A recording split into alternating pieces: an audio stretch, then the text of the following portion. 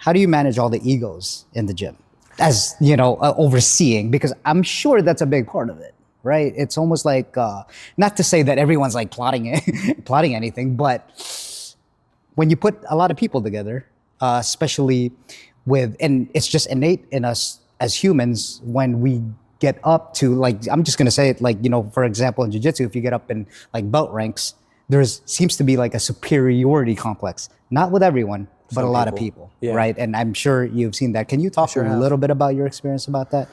Being that you do oversee that, and it's kind of like, hey man, have you ever had to check anyone? Have you ever had to be like, hey, it's not that this isn't good for the school? I've oftentimes found myself at like the top of the heap in a lot of regards. And so like amongst my friends, for example, this is not an issue that like we've really dealt with, but then I see them dealing with it amongst each other, kind of like jockeying for position like you're talking about, right? And then there are countless examples of people who haven't had, power otherwise up until this point, and then they get good at jiu-jitsu, and then they have physical power and confidence, and then they wield it irresponsibly.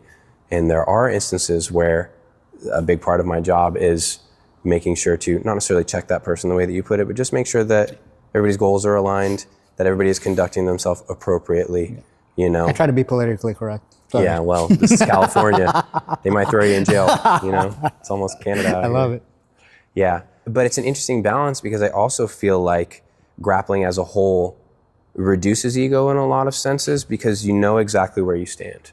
Like, we know who's the better of the two of us at grappling in particular. Even though you think externally, like, inside yourself, right? Like, you can't lie about that you know that it was better. Yeah. That's what I love about this thing. Like, I'm a pretty blunt, upfront, black and white, call it like I see it kind of person. And the mats don't lie.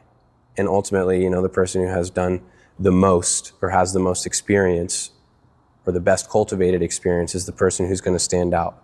So I feel very fortunate to have largely come up in environments that there is no question about where everybody stands. And then, the pecking order is relatively well established. Whereas like in a corporate workplace, for example, lots of people have different responsibilities and people place more emphasis on their own abilities or their own responsibilities than those of others. And so they feel superior to others. And then that causes internal conflict. I don't like to lead that way. I like to lead from the center, Like I don't consider myself superior to anybody in any regard, Yeah.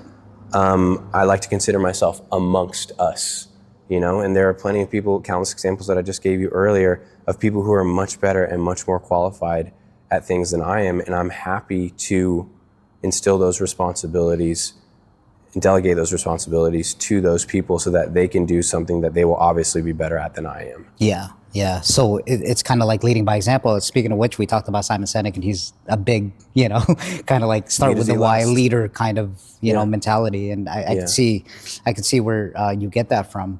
Yeah. I mean, that's always been fascinating to me because, with this podcast, it's just, you're in a spot. Whenever I do these podcasts, I'm learning from you, right? Because you, $1 million, gym, over 600 students. And I think it's just fascinating how you kind of navigate that.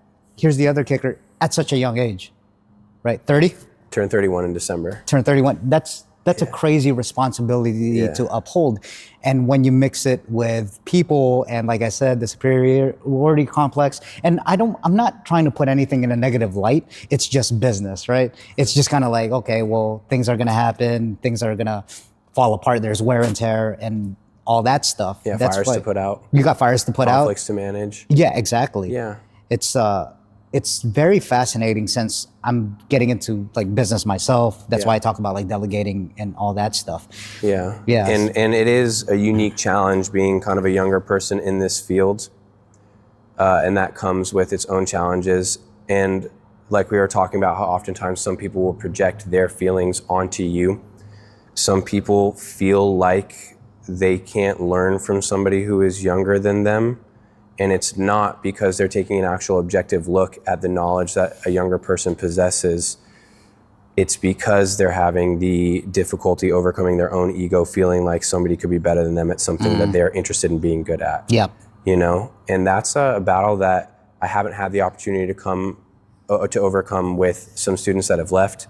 And that's a battle that I have had the opportunity to overcome with those people who have chosen to stay.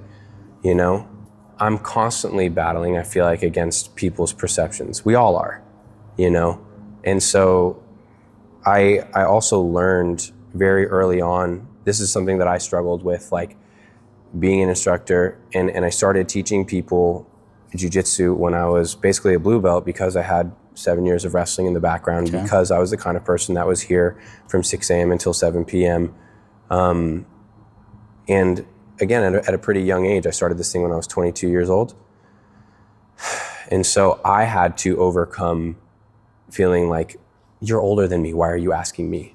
You know, it's like, what do you mean you don't know this? And this is something that I still struggle with. And this is something that I saw, I feel like, again, not trying to be disrespectful, but so I won't name any names, but the further you get into this art, the more difficult it becomes to remember what it was like to be a beginner, you know? So you get instruction and somebody be like, dude, just do an arm bar. And it's like, well, it's this guy's second day.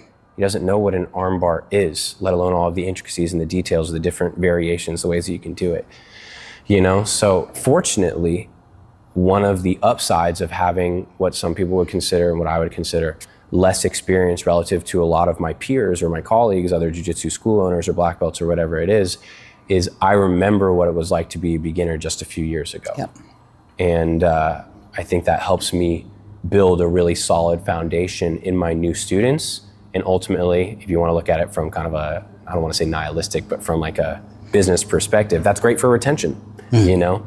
But if your goal is to keep people involved in jiu-jitsu for as long as possible, which mine is, I want everybody to get as much as they can out of this experience as possible for whatever amount of time you're going to be here before your own volition or circumstances outside of your control pull you away from it. Building that foundation is imperative. It's essential. You know, I can't tell you how many guys I've seen, they learn the Instagram berimbolo, they can't do it, they do that for 2 or 3 days and then they never show up again. You know? Yeah. Whereas my whole thing is like, I want you to be able to survive and escape from every position initially, because theoretically, if somebody has more experience than you, you shouldn't beat them. They should be beating you. You need to learn how to survive and escape, and then prevent, and then counter offense or attack from those positions, right? And that's where I like to start with my students, rather than check out this sick thing that I saw on Facebook, because you want to keep it exciting and sexy. Yep. Even with going along with what you were talking about, even with just a plain armbar, right? Even that submission, it's kind of like, well, how do we get there, man? You know what I mean? That's why I say practicalities, because listen, in competition, which you've done a lot, it's not like the crazy, like sick flying arm bars. It's just the subtle things, like maybe, C-cupping an arm to get to your elbow and move it up. It's those things that aren't that sexy, right? Like that you see on Instagram posts, that will change your whole freaking game. Yeah. Those subtle arts, I guess you could say, but then there's also, it's almost like a double-edged sword, because how do you sell people into jiu-jitsu?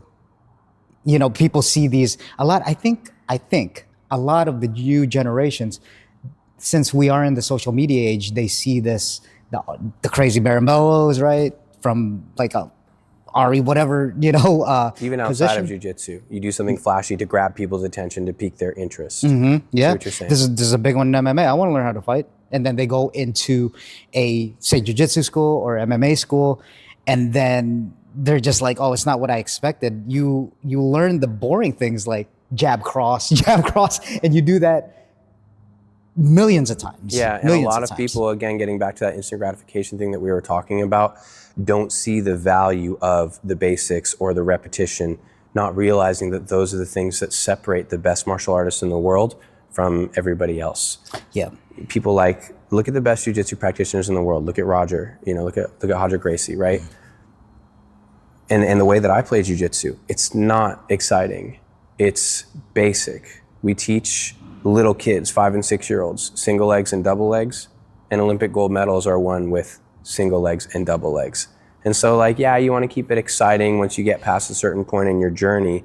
And usually the people that make it that far are are the kind of people that are okay with the tedium, right? The monotony, the mundane, the repetition, the everyday activities. And then you can kind of start to branch out and get niche and do the exciting stuff. Yeah.